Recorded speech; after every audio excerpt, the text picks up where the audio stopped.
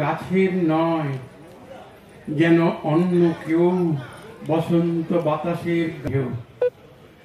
এখন শুরু হচ্ছে আমাদের প্রিয় কবি তমালিকা। হলদিয়ার একটা আলাদা পরিচিতি তৈরি হয়ে গেছে সাংস্কৃতিক উৎসব দিয়ে অনেকদিন ধরে। তার মধ্যে এই যে অনুষ্ঠান দিন ধরে একটা বিশাল ব্যাপ্তি, এইটা কিভাবে করছে? কিভাবে মানে আর কি আছে, তমালিকা ছিল প্রেরণা, কারণ ও কবিতা লিখত, সুতরাং স্বাভাবিকভাবে ওর আকস্মিক মৃত্যু কিছুটা হলেও আমাদেরকে কষ্ট দিয়েছে, নাড়া দিয়েছে। তাই ওর যে কাজ শুরু করা কাজ, ওই প্রতি বছর কবি সাহিত্যিকদের নিয়ে সেমিনার, আলোচনা সভা, সেই দায়িত্বটা আমি তুলে নিলাম আর কি। হ্যাঁ, এই এখন তার ব্যাপ্তি বেড়েছে। সারা রাজ্য থেকে কবি সাহিত্যিক আসছে? হ্যাঁ, সারা রাজ্য নয়, রাজ্যের বাইরে থেকেও, আন্দামান থেকে এসছে, বিদেশ থেকে আসছে, বাংলাদেশ থেকে এসছে। বাংলাদেশের ভোট, সেটাই একটা অসুবিধা হয়ে গেছে এবারে। এসছে মাত্র 15-20 জন, নাহলে ওটা 40-50 জন হয়ে যায়। সেটা এবছর হলো না ওই ভোটের জন্য। সাংস্কৃতিক পরিচয়ের পাশাপাশি একটা রাজনৈতিক পরিচয়ও আপনার আছে।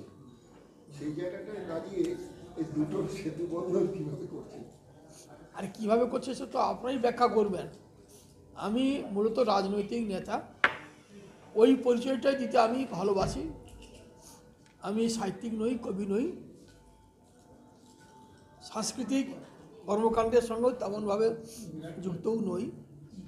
তবে আমি রাজনৈতিক নেতা। রাজনৈতিক নেতা হিসাবে আমি মনে করি যে সাহিত্য, সংস্কৃতি সব কিছুকে তার বিকাশ ঘটানো,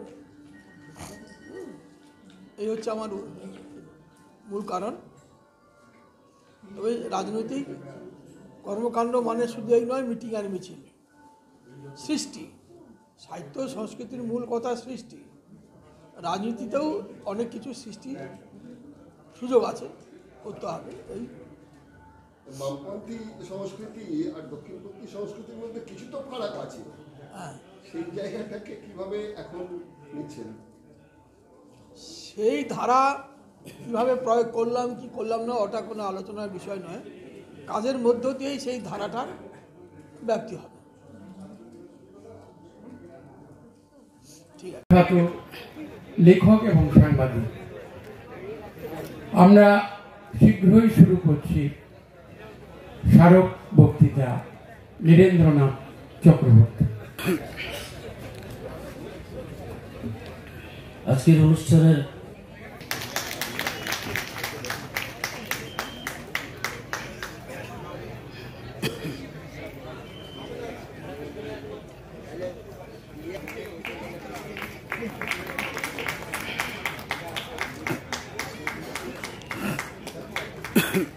কয়েক বছর আগে প্রথম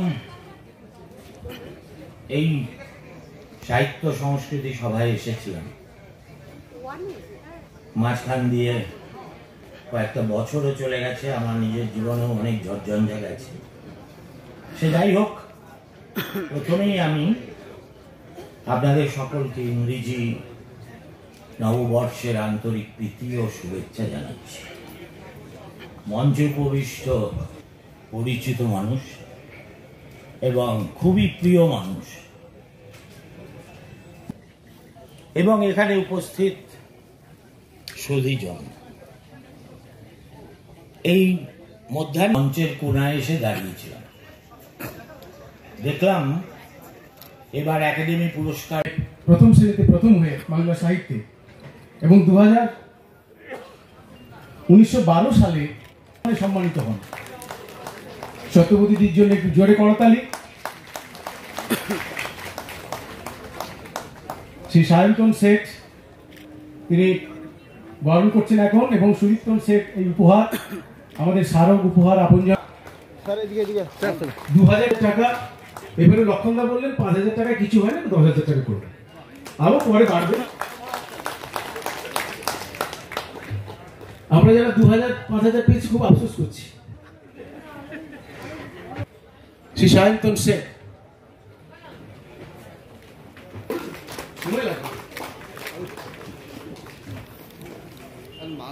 কিন্তু একটা জিনিস, যারা বাংলাদেশের বন্ধুরা রয়েছেন তাদের কাজ করেছিলেন এবং ছাত্রাবস্থা থেকে তিনি লোকায়ত বিষয়, উৎসব পার্বণ ইত্যাদি নিয়ে গবেষণা করেছেন এবং মেদিনীপুরের যে সমস্ত প্রায় এই সমস্ত কাজ করছেন, বিশাল কাজ, যে কাজ আমরা 2-4 লাইন কবিতা লিখে করতে পারি না, সেটা কিন্তু চিন্ময়দা করছেন এই বয়সেও।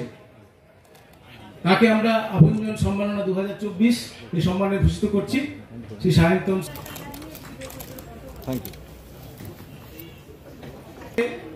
সাহিত্য জগতের গুণী মানুষদের তিনিও এইভাবে পুরস্কার দেন তার পত্রিকার তরফ থেকে। তাকে এবছর আমরা সম্মানিত করলাম আপনজন পত্রিকার তরফে।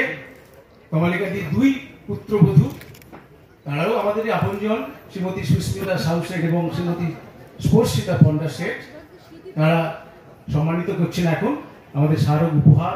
ম্যাডাম এদিকে একটু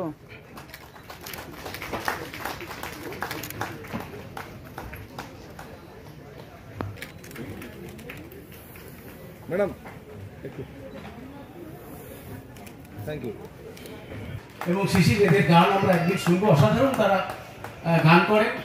ধূমকেতু নামে একটি ব্যান্ড চালায় এবং তার যে বইগুলি ইতিমধ্যে প্রকাশিত, একটি বীজ একটি বড় জন্ম, হ্যালুসিনেশন, যুগলবন্দি, চোখেরাও ভুলে গেছে শুদ্ধ উঁকি, এ কথা অরণ্যময়, স্বপ্নেরা আছে ভালো, এক জন্মের অন্য অভিযোগ, পদ্ম পালক। 3 কথা শুনবো না, কিন্তু 2 লাইন গান শুনবো পরে। স্মারক উপহার। স্যারটা দেখা যাচ্ছে। হ্যাঁ ব্যাস।